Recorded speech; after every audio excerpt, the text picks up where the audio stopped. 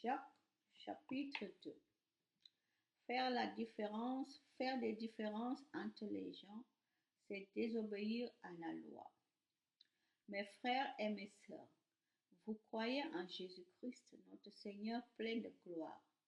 Alors, ne faites pas de différence entre les gens. Prenons un exemple. Un homme vient là où vous êtes réunis. Il porte une bague en or et des habits très beaux. Un pauvre vient à la même réunion. Il est mal habillé.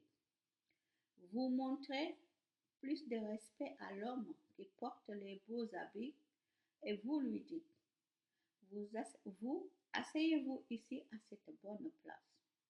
Au pauvre, vous dites, toi, reste debout. Ou bien, assieds-toi par là, par terre à mes pieds. Quand vous agissez ainsi, est-ce que vous ne faites pas de différence entre vous?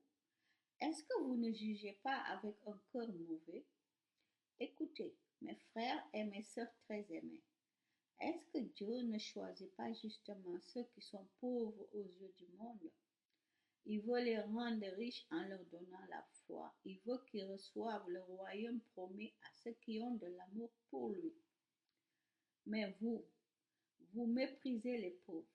Pourtant, qui vous écrase? Qui vous traîne devant les tribunaux? Ce sont les riches, n'est-ce pas? Ce sont les riches qui se moquent du beau nom que Dieu vous a donné. Les livres saints disent, aime ton prochain comme toi-même. C'est la loi du royaume. Et si vous obéissez à cette règle, vous agissez bien. Mais si vous faites des différences entre les gens, vous péchez et la loi de Moïse vous condamne parce que vous désobéissez. Oui, celui qui suit toute la loi, mais qui désobéit à un seul commandement, est coupable envers toute la loi. En effet, Dieu a dit, ne commets pas d'adultère, mais il a dit aussi, ne tue personne. Donc, par exemple, tu ne commets pas d'adultère, mais tu assassines quelqu'un. En faisant cela, tu désobéis à la loi. Parlez et vivez comme des gens qui vont être jugés par une loi qui rend libre. Oui, au moment du jugement, il n'y aura pas de pitié pour ceux qui n'ont pas eu pitié des autres. Mais même quand Dieu juge, il est plein de pitié. Croire sans agir fait mourir la foi. Mes frères et mes sœurs, quelqu'un dira peut-être, je crois en Dieu. Mais s'il n'agit pas pour le montrer, cela sert à quoi? Est-ce que cette foi peut le sauver? Par exemple, un frère ou une sœur n'ont pas de vêtements. Ils n'ont pas à manger tous les jours. Parmi vous, quelqu'un leur dit, allez en paix, allez vous habiller et bon appétit.